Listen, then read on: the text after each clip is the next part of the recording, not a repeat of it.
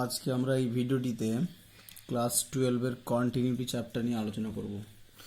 তো কন্টিনিউটি এই যে টার্মটা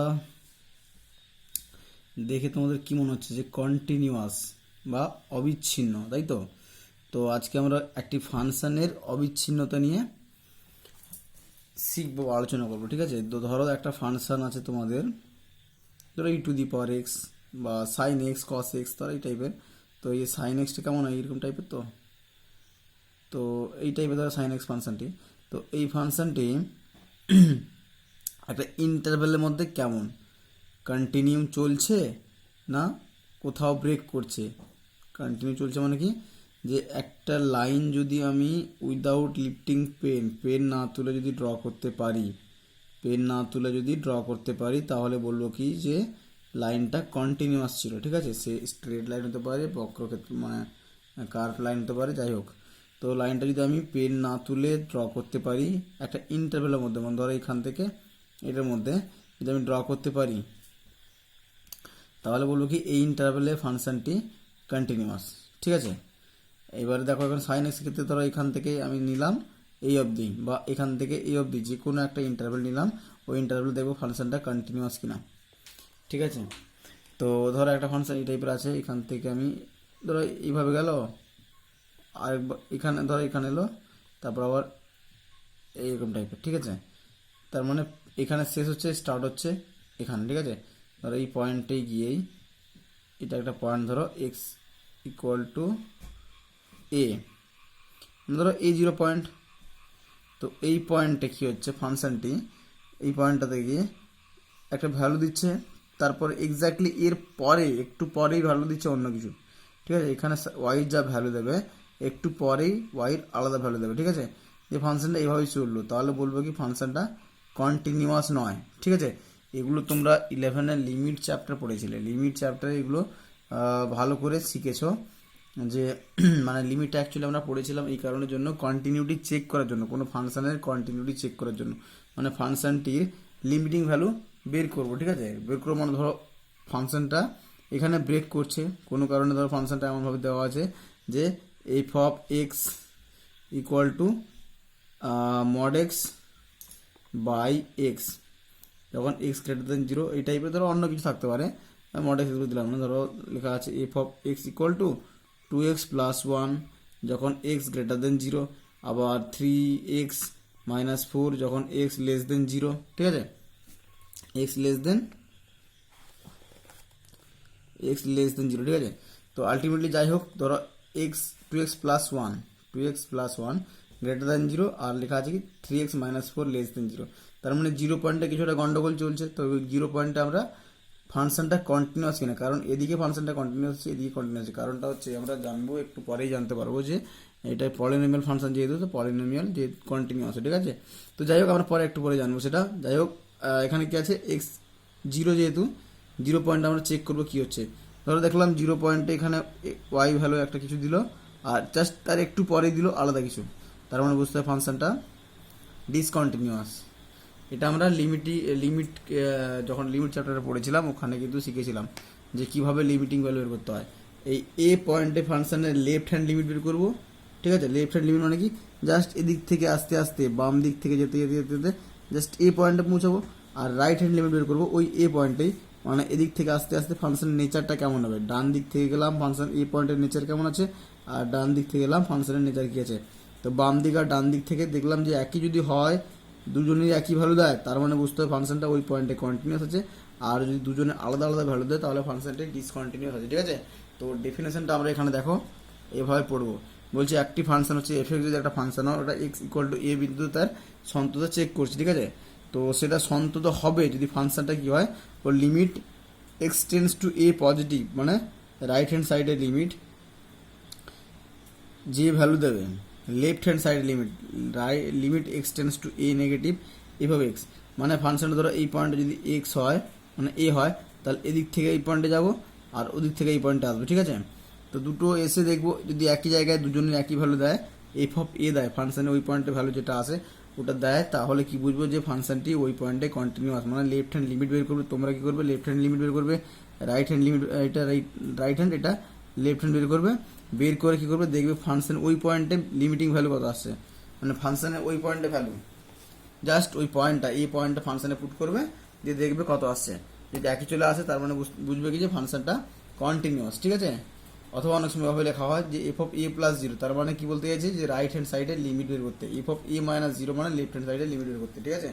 আর এফ অফ এ, তো এটাই দাঁড়ালো ফাংশনের ডেফিনেশন কি শিখলাম, যে লিমিট যদি আমাদের বের করতে বা কন্টিনিউয়াস যদি চেক করতে হয় যে ফাংশনটা কন্টিনিউয়াস কিনা, যে পয়েন্টে কোশ্চেনে দেওয়া থাকবে তোমাদেরকে, যে পয়েন্টে এই যে ধরো এখানে লেখা আছে x equal two zero, x equal two one, এই টাইপের ওখানেও থাকবে, ঠিক আছে।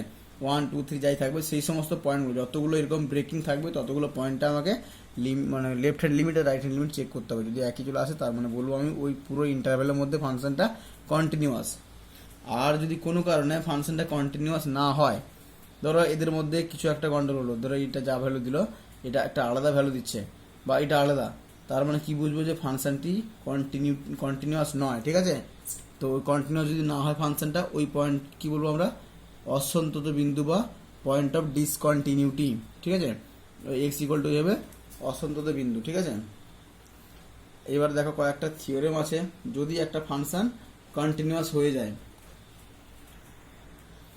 এবার দেখো কয়েকটা ফাংশন যদি কন্টিনিউয়াস হয়ে যায়, যদি ধরো এফ এক্স একটি ফাংশন আর জি এক্স একটি ফাংশন, এক্স ইকুয়াল টু এ বিন্দু যদি কন্টিনিউয়াস হয়, মানে দুটো ফাংশন যদি কন্টিনিউয়াস হয়ে যায়, ধরো এফ এক্স ইকুয়াল টু দেওয়া আছে sine X, G X equal to দেওয়া আছে কস এক্স, এই টাইপের একটা এক্সাম্পল দিলাম, এটা ধরো দেওয়া আছে সাইন এক্স, এটা দেওয়া আছে কস এক্স, তাহলে এই দুটো ফাংশন যদি কোনো কারণে কোনো ইন্টারভ্যালের মধ্যে কন্টিনিউয়াস হয়ে যায়, তাহলে ওদের অ্যাডিশন যেটা ওটাও কন্টিনিউয়াস হবে, ওদের সাবস্ট্রাকশন যেটা ওটাও কন্টিনিউয়াস হবে, ওদের মাল্টিপ্লিকেশন, ওদের ডিভিশন সবই কন্টিনিউয়াস হবে। ডিভিশনটা কী হবে, জি অফ এ, মানে ফাংশনের লিমিটিং ওই পয়েন্টের ভ্যালুটা যেন এক্স ইকুয়াল টু এ পয়েন্টে চেক করছি, তার মানে ওই পয়েন্টে ফাংশন জি অফ এ যেন নট ইকুয়াল টু জিরো না হয়,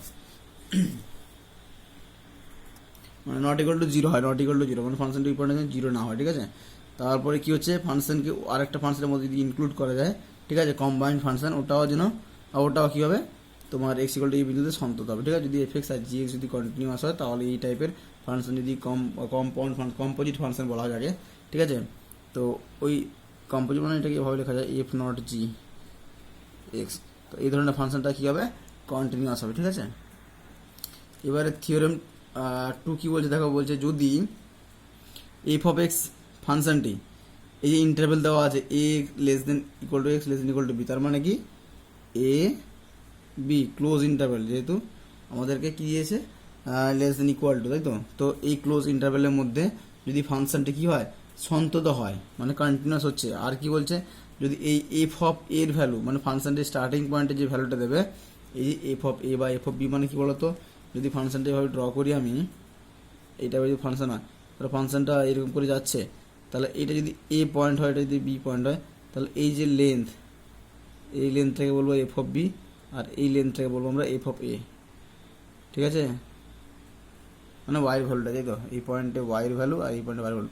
যাই হোক, যদি এরা আলাদা চিহ্নযুক্ত হয়, ঠিক আছে, মানে এর চিহ্নটা আলাদা, এর চিহ্নটা যদি আলাদা, মানে এটা ধরো পজিটিভ আর এটা যদি নেগেটিভ, বা এটা নেগেটিভ এটা পজিটিভ, যাই হোক, যদি আলাদা চিহ্নযুক্ত হয়, তাহলে এদের মাঝখানে এমন একটা পয়েন্ট পাবো, ধরো এমন একটা পয়েন্ট পাবো যেটা হচ্ছে কি, যেখানে এফ অফ সি, মানে সি পয়েন্টটা পাবো, যেখানে এফ অফ সি জিরো হবে, জিরো তো হবেই, কারণ ধরো যেমন এই যে এফ অফ এ, ধরো এটা নেগেটিভ আছে, এটা নেগেটিভ 5, ধরো এফ অফ বি ধরো পজিটিভ 10, তার মানে কি এটা ধীরে ধীরে বাড়ছিল, স্টার্টিং পয়েন্টে কম ছিল, এন্ডিং পয়েন্টে বেশি আছে, তার মানে ধীরে ধীরে বাড়ছিল বা কমেছিল, যেখানে কিছুটা হয়েছে, তো আলটিমেটলি লাস্টে গিয়ে বেড়েছে, ফার্স্টে কম ছিল লাস্টে বেড়েছে, ঠিক আছে। তো তার মানে মাঝখানে নিশ্চয়ই কোথাও একটা পয়েন্ট, যেহেতু কন্টিনিউয়াস, তাই অন্য যদি কন্টিনিউয়াস না আসতো তাহলে আলাদা ব্যাপার, কন্টিনিউয়াস যেহেতু আছে তাই কী হবে, ফাংশনটা উইদাউট লিফটিং পেন চলছে, তো চলতে চলতে এমন একটা জায়গা পাবে সি, যেখানে এফ অফ সি, মানে ধরো ছবিটা যদি ড্র করি আমি, এই টাইপের যদি হয়, ধরো ফাংশনটা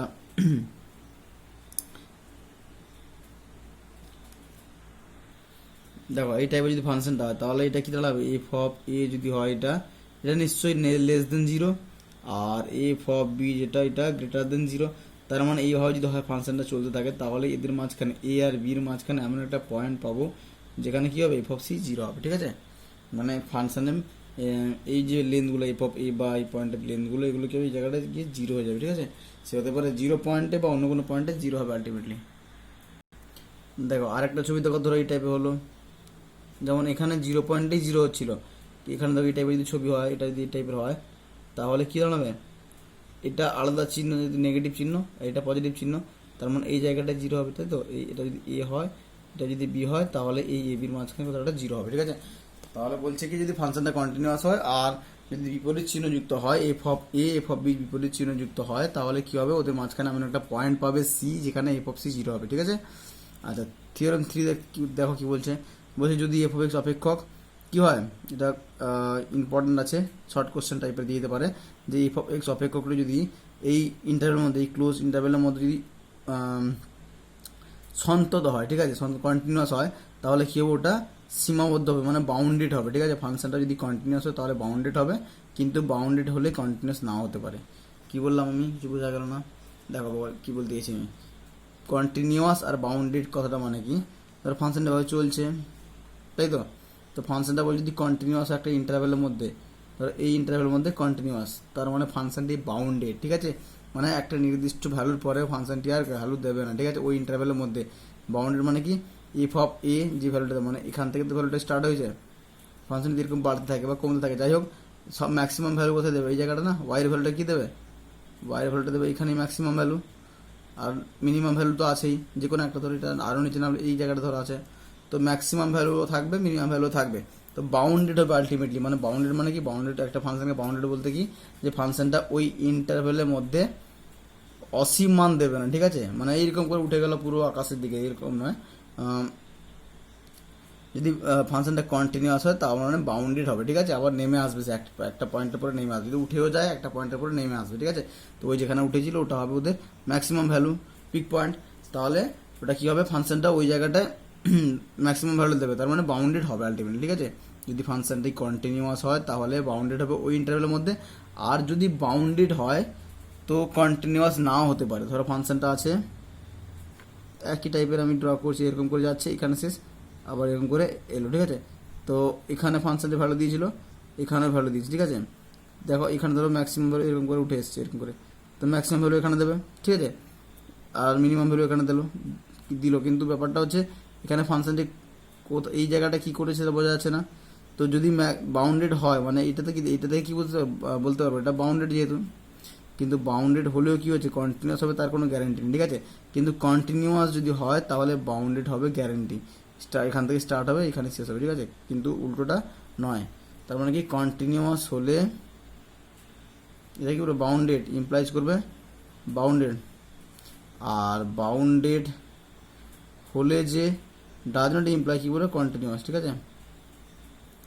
কন্টিনিউয়াস হলে বাউন্ডেড হবে, কিন্তু বাউন্ডেড হলে কন্টিনিউয়াস হবে কিনা বলা মুশকিল। এরপরে দেখো কয়েকটা স্ট্যান্ডার্ড ফাংশন আছে, যেগুলোকে আমরা কি বলি, যে দেখেই বলতে পারবো কন্টিনিউয়াস ফাংশন। ধরো F of X equal to x to the power N, ঠিক আছে, এক্সের পাওয়ারে কিছু আছে, ঠিক আছে। তো এটা সাধারণত কী হবে, কন্টিনিউয়াস ফাংশন হবে, ঠিক আছে। কন্টিনিউয়াস ফাংশন সমস্ত ইন্টারভ্যালের মধ্যে বাস্তব মানে কন্টিনিউয়াস হবে। আর এই এনের ভ্যালু যদি মানে পজিটিভ থাকে, এন যদি কী হয়, পজিটিভ থাকে, এক্সের সমস্ত বাস্তব মানে সন্তত হবে। আর এন যদি নেগেটিভ হয়, ঠিক আছে, এন যদি কোনো কারণে নেগেটিভ দাঁড়ায়, তাহলে এক্স ইকুয়াল টু 0 পয়েন্ট বাদ দিয়ে আর বাকি পয়েন্টেও কন্টিনিউয়াস হবে। তার মানে এন যদি পজিটিভ হয় সমস্ত জন্য কন্টিনিউয়াস, এন যদি নেগেটিভ হয় তাহলে এই এক্স ইকুয়াল টু 0 ছাড়া, কারণ ও নিচে নেমে যাবে তখন, ঠিক আছে। আচ্ছা, আর কি সমস্ত পলিনোমিয়াল ফাংশন, পলিনোমিয়াল ফাংশন কি, এই ধরো 2x + 3, পলিনোমিয়াল ফাংশন বলতে ধরো লেখা আছে 2x + 3, আর লেখা থাকবে 2x² + 3x + 5, যাই হোক এই টাইপের ফাংশনগুলো কী হবে, কন্টিনিউয়াস ফাংশন। সমস্ত পলিনোমিয়াল ফাংশন কন্টিনিউয়াস। সে পলিনোমিয়াল কী হতে পারে, এক চলরাশি বিশিষ্ট বা দ্বিচলরাশি বিশিষ্ট, যাই হোক, সাধারণত এখানে এক্স আছে তো এক চলরাশি হবে, ঠিক আছে, দ্বিচলরাশি তোমাদের নেই, তো এক চলরাশি যেহেতু হবে, যে কোনো এক চলরাশি বিশিষ্ট পলিনোমিয়াল ফাংশন কী হবে, কন্টিনিউয়াস হবে।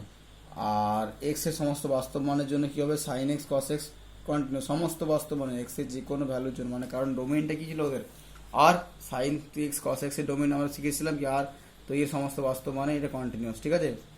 কিন্তু এই ট্যান এক্স আর সেক এক্স এরা কখন কন্টিনিউয়াস, এই 2n + 1 π/2 এই মানসমূহ ছাড়া, ঠিক আছে।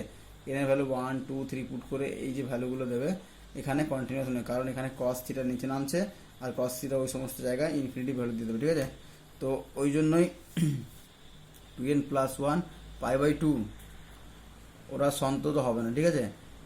আর সি এটা কি বলছে, x = n পাই, এর হচ্ছে x = n পাই জন্য cot x আর sec x, cot x আর sec x কি হবে, n পাইতে সাধারণত কন্টিনিউয়াস হয় না, ঠিক আছে। এগুলো তোমাদের জাস্ট জানার বিষয়, অতটা কঠিন মানে আসবে না ব্যাপারটা, জাস্ট এটা মাথায় রাখবে sin x cos x সমস্ত মানের জন্য হয়, আর বেশিরভাগ যেগুলো দেবে সেগুলো তোমার কন্টিনিউয়াস হবে, ঠিক আছে।